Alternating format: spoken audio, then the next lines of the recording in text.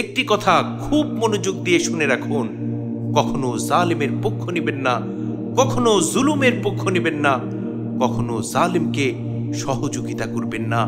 কেননা যে ব্যক্তি জালিমের পক্ষ নেয়, জুলুমকে সহযোগিতা করে, অন্যের সমর্থন করে, ওই ব্যক্তি ততক্ষণ পর্যন্ত আল্লাহ রব্বুল আলামিনের ক্রোধের মধ্যে নিপাতিত থাকে যে কোনো মুহূর্তে আল্লাহ তাবারক ওয়া তাআলা ওই ব্যক্তিকে গজব দিয়ে শেষ করে দিবেন। নাউযুবিল্লাহ, নাউযুবিল্লাহ। এ সম্পর্কে সুনানে আবু দাউদের 2320 নম্বর হাদিস। আল্লাহ রসুলের প্রিয় সাহাবী হযরত ইবনে উমর রাদিয়াল্লাহু আনহুমা বলেন, রাসূল আকরাম সাল্লাল্লাহু আলাইহি ওয়াসাল্লাম ইরশাদ করেছেন, মান আ'আনা আলা খুসুমাতিন বিযুলমিন আও ইউঈনু আলা যুলমিন লাম ইয়াসাল ফি সাখাতিল্লাহ হাত্তা ইয়ানজিআ।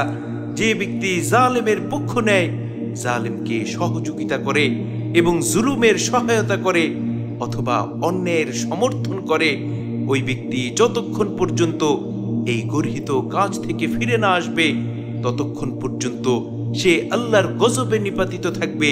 যে কোনো মুহূর্তে আল্লাহ রব্বুল আলামিন ওই ব্যক্তিকে গজব দিয়ে শেষ করে দিবেন। নাউযুবিল্লাহ, নাউযুবিল্লাহ। কি সাংঘাতিক কথা! এজন্য আমাদের প্রত্যেকের উচিত হচ্ছে কখনো যেন আমাদের দ্বারা জুলুম না হয় এবং আমরা যেন কখনোই জালেমের পক্ষ না নেই, কখনো যেন আমরা অন্যায়কে সমর্থন না করি। যদি আমরা অন্যায়ের সমর্থন করি, জালেমের পক্ষ নেই, তাহলে অচিরেই আল্লাহ রব্বুল আলামিন আমাদেরকে তার গজব দিয়ে শেষ করে দিবেন। নাউযুবিল্লাহ, নাউযুবিল্লাহ। বরং আমাদের উচিত হচ্ছে, আল্লাহ রসুল সাল্লাল্লাহু আলাইহি ওয়াসাল্লাম আমাদেরকে শিখিয়ে দিয়েছেন, যদি কখনো আমরা অন্যায় দেখি তাহলে অবশ্যই, যদি আমাদের হাত দ্বারা সামর্থ্য থাকে তাহলে হাত দিয়ে সেই অন্যায়ের প্রতিরোধ করতে হবে। যদি হাত দিয়ে সামর্থ্য না থাকে তাহলে জবান দিয়ে হলেও সেই অন্যায়ের প্রতিবাদ করতে হবে। যদি জবান দিয়েও সামর্থ্য না থাকে তাহলে অন্তত অন্তর দিয়ে ঘৃণা করতে হবে। যদি ঘৃণাও না করতে পারি তাহলে বুঝতে হবে আমাদের ঈমানের ঘাটতি রয়েছে, আমাদের ঈমান অত্যন্ত দুর্বল।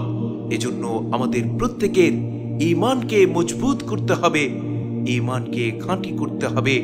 আল্লাহ রব্বুল আলামিন আমাদের প্রত্যেককে জালিমের পক্ষ নেয়া থেকে বিরত থাকার তৌফিক দান করুন।